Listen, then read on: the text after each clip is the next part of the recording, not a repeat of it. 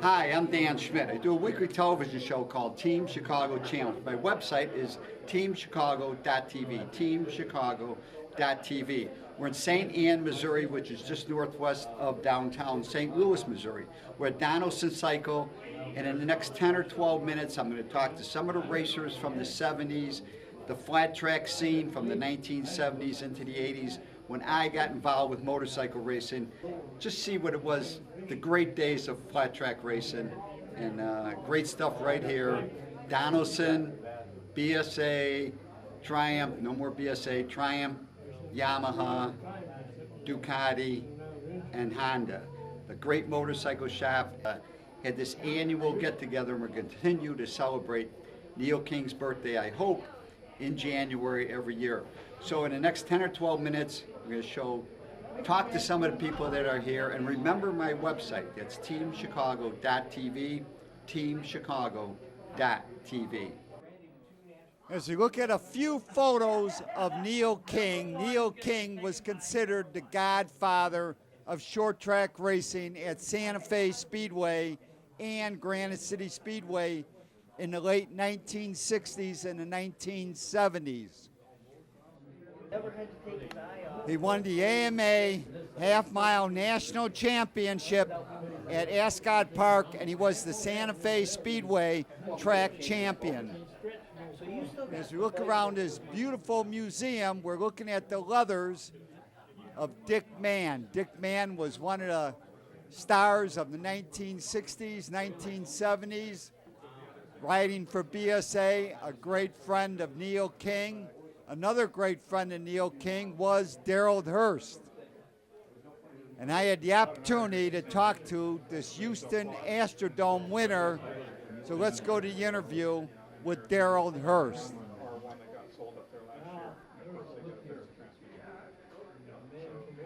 Darryl Hurst, national number 34. Short tracker, entrepreneur, something or another.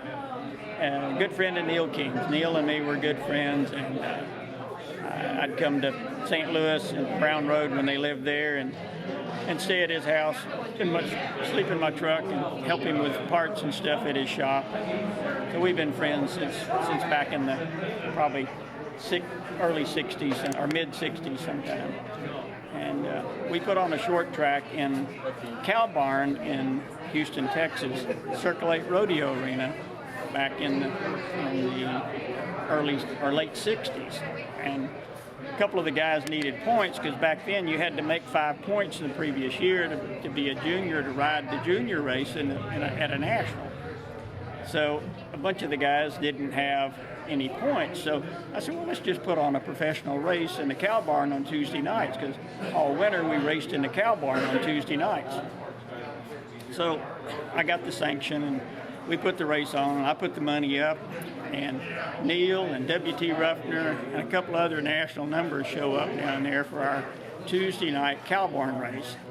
And of course I told my other friends, I said, okay fellas, I said, we either got to cough up the $600 to pay the purse tonight, or we got to win the races and keep those 3 national numbers from taking home our money. So all the other 3 guys that were involved in our race promotion said, okay. I said, that or everybody's got to cough up a little money. I said, I can't afford to pay for all this out of my pocket myself. So the other 3 or 4 guys that were involved all agreed. And we ended up, I think Neil finished second. One of our guys won. Neil was second, and somebody else was third. I don't remember. And we paid all the guys off fairly of what they should have won, other than our Houston guys that just needed points. And I watched Neil bending on his pipe. He's over beating on his pipe with a hammer. I said, what are you doing? He said, this little bitty short track, I said, I'm trying to make it where it'll get out of the corner better. So if I flatten the pipe up here a little, it'll make it have a little more bottom end and not spin the tires bad and get out of the corner. Neil had all kinds of little tricks that he did that I guess some of them worked. If they worked in your mind, that's the biggest thing. And later on, of course, Carl Donelson and Kate, we've been friends for years and years. And when Carl and when Kim and Neil got married and had Helen, well, Helen's about 5 years old, I guess, and we're staying at Carl's house one night, and Helen says, "Are you as famous as my dad?" And I said, "Well, I don't know, Helen." I said, what does it take to be as famous as your dad?" And she said, "Well, have you got your picture on a T-shirt?" And I said, "Well, yeah, I do." She said, "Well, I guess you're as famous as my dad then." I said, "Okay, I'll take that." So I didn't have one of my T-shirts with me, so when I got back home, back to Houston, I sent her a T-shirt, and which was one of my Hurst Yamaha Marine built for the fun of it T-shirts. So a couple of weeks later, a month later, I get a T-shirt from Helen, and it's got a picture of her on the front of the T-shirt that her and Kim went and had made, and she sent to me that I'm as famous as you and my dad now. I said, "I think you are because you've got your picture on a T-shirt." So Helen has been a really good friend. She's a great young lady. I'm really happy for her with her new baby. And as time went on, we've all been friends, Carl and Kate and Kim and Neil and Helen. And it's a great life. Racing was just so much fun. Granite City on Tuesday night, Santa Fe on Wednesday night, and then somewhere around the Midwest during fair circuit, we raced as much as 7 or 8 times a week back in the late 60s and early 70s. Of course, my claim to fame was AstroDome 1975. Everything just went peachy that day. I didn't ever have one problem. Had second fastest qualifying time, won the heat race, and won the main event. So I guess that was my claim to fame. And like I say, Neil was such an intelligent guy. Probably should have been a doctor, because he could. I mean, he read so many books and was so wise and taught Helen so much that I think it was really great the way he raised her. Because Kim was busy working all the time, and I think Neil spent most of the time with Helen, during the day, school and back and what have you. Well, that's about all I got. Thank you, Darryl. As you look at some of these beautiful vintage motorcycles in the windows at Donelson, Dick Mann's 350 BSA single trials bike. Dick Mann rode trials, Dick Mann motocross, and he was the Grand National Champion with the AMA twice. And now we're looking at young Carl Donelson, the owner of this motorcycle shop, and looking at his 1948 125 Harley-Davidson. This is a 125 two-stroke motorcycle. This was Carl's first motorcycle. He has restored it. If we look at the engine of this two-stroke 125 three-speed motorcycle, it is very similar to the DKW 125 that is parked right next to it. Carl acquired this 125 from Larry Williamson. We're going to talk to Larry Williamson from the Peoria Motorcycle Club. He's going to tell us about this DK motorcycle and about his racing career. I bought this bike 15 years ago and sold it to Carl about 10 years or 5 years ago.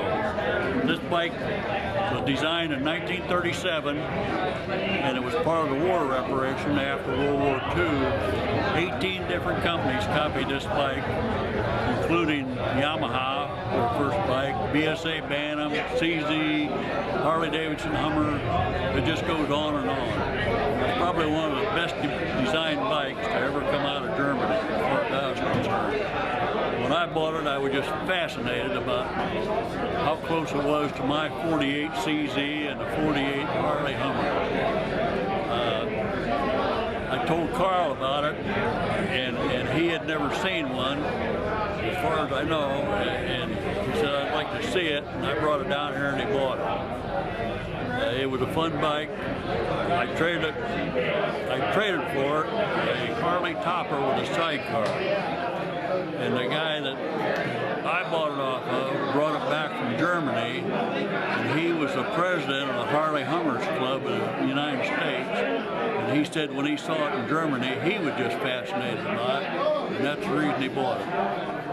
Everything on it looks just like the Harley Hummer except the seat and the fenders. Okay, now let's explain to the audience that this is a two-stroke 125. So are we saying that Germany was the early leader in two-stroke engineering? Yeah, Germany was real early in two-stroke design. They had a guy that designed the Suzuki racers and all that type of thing. Germany was real big on it. And this was part of the company that the four companies went in together over in Germany and formed one company, which today is still Audi. I don't know how many of those companies are still together, but Audi is the main company there now. These engines almost that identical? If you look at it real close to a 48 Harley 125, you can't hardly tell the difference. I was told that even the gears and the transmission will interchange, the piston will interchange, the rods, just about everything on it will interchange. So it's a 3-speed or a 4-speed? It's a 3-speed. Dry clutch setup, and what clutch? I really don't know. Okay. It's amazing how close it is to the Harley Hummer and the BSA Bantam. Is this thing a runner? Does this thing run? Yeah, it ran when I sold it to Carl. I had ridden it before I sold it to Carl. So what's it like riding it? It's like riding an old 125 Harley Hummer. It's fun to ride. I had a lot of fun with it while I had it. Okay, now tell me your name and tell me why we know each other. My name's Larry Williamson. I'm from Peoria originally. I live just outside of Peoria now. I belong to Peoria Motorcycle Club. I've seen every race at the Peoria TT since World War II. I'm now chairman of the board, have been for quite a few years at Peoria Motorcycle Club. And what's your best finish at Daytona? I finished second there, and I finished second at Daytona in 1963. In 1961, I led the first lap, and Roger Reman led the other 99 laps. It was our first trip to the Speedway, and we didn't know what we were getting into when we went to that Speedway. We were amazed by it. So what kind of bike were you riding? Back then I was riding a Harley. The first two times I went, and then I got a ride with the Triumph Corporation, and I finished second in 63 under a Triumph. And what's your best finish at Peoria? My best finish at Peoria was a third in 1960, but I qualified for the National from 1959 till I quit racing in 1965. Thank you, Larry. As we look at the leathers of Kevin Atherton. Kevin Atherton was a Harley-Davidson factory rider, a genuine go-fast, and a pretty good friend of mine. And I had the opportunity to talk to his dad, Dave, and he's going to tell us a short Neil King story. David Atherton, 1971 racing at Auto City Speedway, Flint, Michigan. I ended up getting crashed and broke my arm and knocked out. Next thing I knew, I wake up in the ambulance, and I'm thinking I'm at Santa Fe Speedway, but I was in Michigan. And when I woke up and looked up, here's Neil appearing in the side of the ambulance, checking on me to see if I was okay. I have other connections with Neil, but that was one of my favorites. So short tracking, I mean, what did you consider Neil going to the races? Was he an advisor? Was he? No, at that particular time, Neil was like one of the premier short trackers. He had focused at that time on short tracks. But anyway, that was his deal, short track racing at that time.